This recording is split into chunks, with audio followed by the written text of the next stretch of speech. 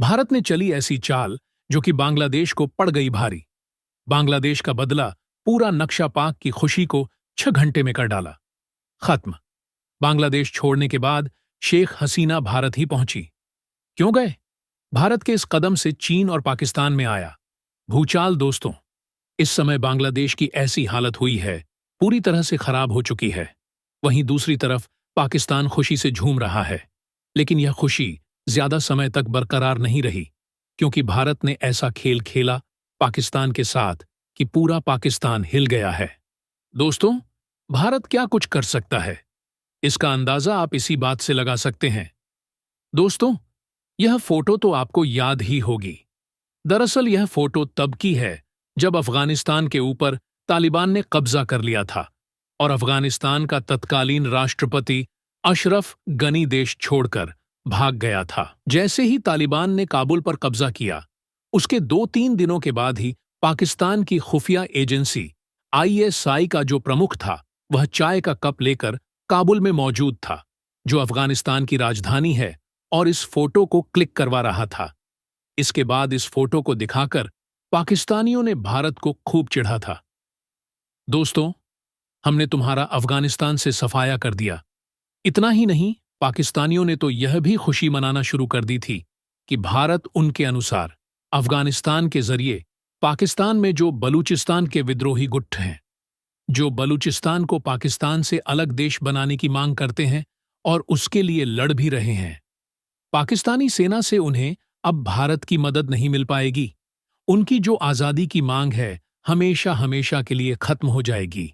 साथ ही पाकिस्तानी सेना के जो लोग थे, खुले में टीवी पर आकर बोल रहे थे कि जो सीपक प्रोजेक्ट है, यानी कि China Pakistan economic corridor project, जिसके तहत पाकिस्तान अधिकृत कश्मीर और अक्साई चीन तक करीब RS लाख करोड़ रुपए की लागत से आर्थिक गलियारा बनाया जा रहा है, इसके जरिए चीन की अरब सागर तक पहुंच हो जाएगी।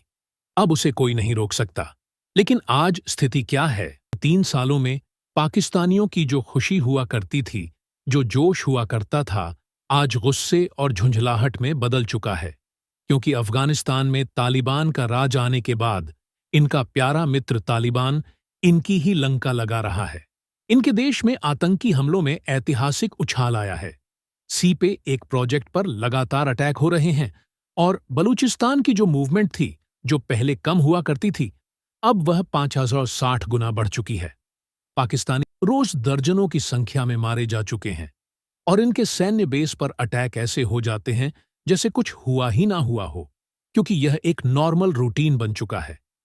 आए दिन पाकिस्तानी सेना के सैन्य बेस पर अटैक होना, वह भी पाकिस्तान के अंदर। लेकिन आप जानते ही हैं कि यह पाकिस्तान है। इनकी पूंछ 12 साल तो छोड़िए, आप 50 साल भी रख लो, नली के अंदर वह कभी सीधी नहीं होगी और यह कभी बाज नहीं आएंगे। अपनी बेइज्जती करवाने से कुछ ऐसा ही होता दिख रहा है। ऐसा क्यों? तो दोस्तों, पूरी खबर क्या है, जानेंगे इस वीडियो में।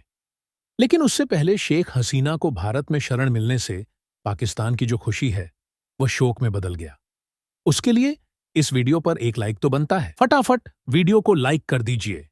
दरअसल आज बांग्लादेश के अंदर आप जानते ही हैं कि तख्ता पलट हो चुका है और भारत की करीबी माने जाने वाली प्रधानमंत्री शेख हसीना का इस्तीफा हो चुका है और वह अब देश छोड़कर जा चुकी है।